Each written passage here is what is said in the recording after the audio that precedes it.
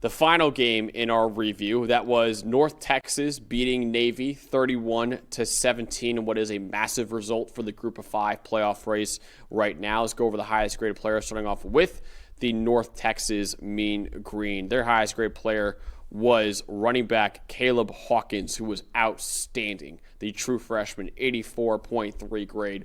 Linebacker Ethan Wislowski, 83.3. Quentin Hammonds, the safety, 82.1. Trey Fields, the linebacker, 79.1. Bryson Haynes, the edge rusher, 75.5. And Drew Messmaker with a really good 80 grade in the win for North Texas. Let's go over the highest grade players for Navy now in their loss. Highest grade player was their fullback, Eli Heidenreich, 81 grade. Irabanois Iniha, the corner, 72.1.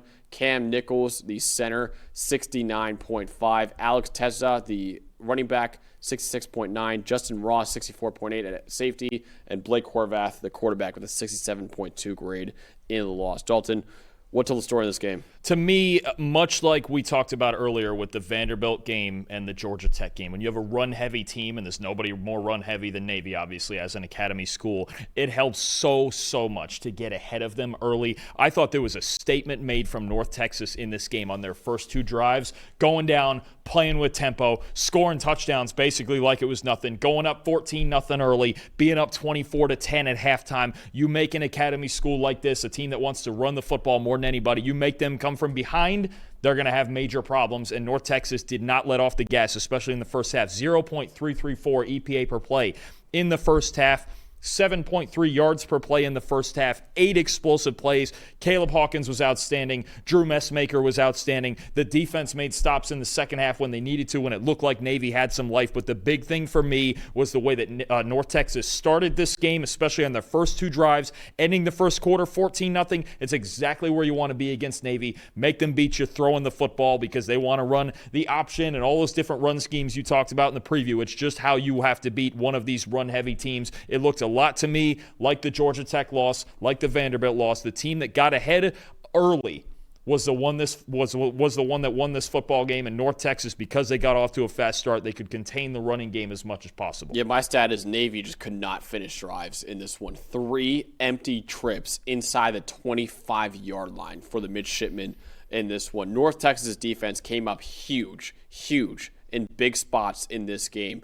In the first quarter, Blake Horvath fumbled the ball on the 24-yard line. In the fourth quarter, the Mean Green stood tall on a 4th and 2 on the 9-yard line. Later in the fourth quarter, North Texas picked off Blake Horvath in the end zone as well. Navy's offense overall was pretty good. They averaged 7 yards per play against North Texas, but they could not finish drives. And 3 times inside the 25-yard line, and you get 0 points on those 3 drives right there. It's just not good enough for the Navy to win this game. No, for sure. They're a team that has to run the football well early. They have to finish in the red zone. And you could feel when North Texas got that early lead that Navy felt the pressure. Even the onside kick, it just felt like it just wasn't necessary. Just keep playing your game. But they felt the pressure of falling behind a team on the road with a really dynamic offense. And look, I think that's just, again, it's all a product to me of North Texas getting ahead early and making Navy just play a little bit outside themselves. That's a big thing you want to do against this team. Make them beat you left-handed.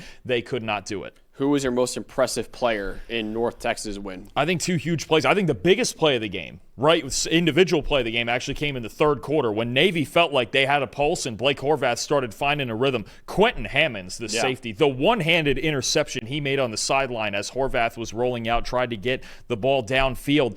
That was a top 2 or 3 play I saw all day yesterday. And then a game-sealing interception playing a deep half late in the fourth quarter. Both times when Navy felt like, okay, maybe we have a little bit of life, Quentin Hammonds took it away, a 91 coverage grade, the 2 interceptions. I think especially the first one, I could argue, was really, as Navy was finding momentum, I could argue that was the biggest individual play in the game, especially for what it was. It was just a terrific play with the one hand. So Quentin Hammonds deserves this credit because if there was anybody that made the biggest plays on defense for this North Texas team, it was him. I got to shout out a guy, man. Caleb Hawkins, what a star running back that North Texas has this year, and the true freshman right now. He was a superstar against Navy. 33 carries for a career high of 197 yards and 4 touchdowns on the ground for Caleb Hawkins. 11 broken tackles for a 33% forced missed tackle rate.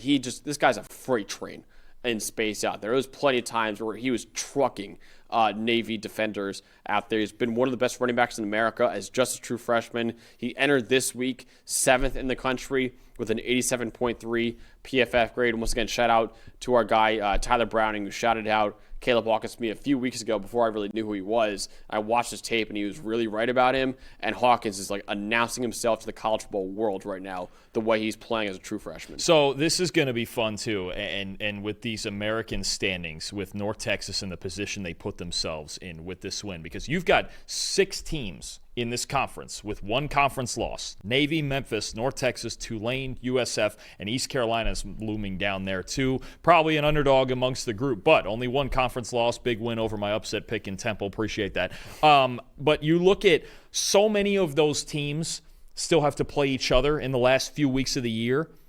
North Texas doesn't. They're done with the hard part of this. They've got it kind of favorable. Their last 3 games are UAB, Rice, and Temple. Now, the one thing that looms over North Texas is the loss of a tiebreaker to USF. It would really help them if USF lost another game. But North Texas, they've got a road here to 11-1. They've got a road here to the American title game. These other teams are going to beat each other up. Tulane has to play Memphis. Navy has to play Memphis and USF. East Carolina's got to play Memphis. All these teams have to play each other.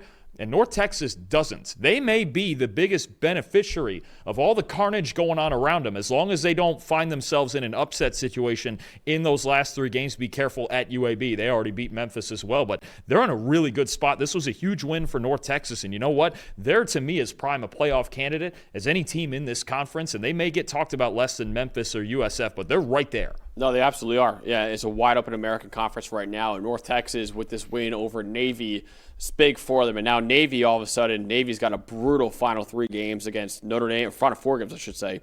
They got Notre Dame, South Florida, Memphis. Then the playoff is announced, and then obviously they play Army after that too. But those 3 games, man, against Notre Dame, South Florida, and Memphis, they need to bounce back quickly. They probably won't beat Notre Dame.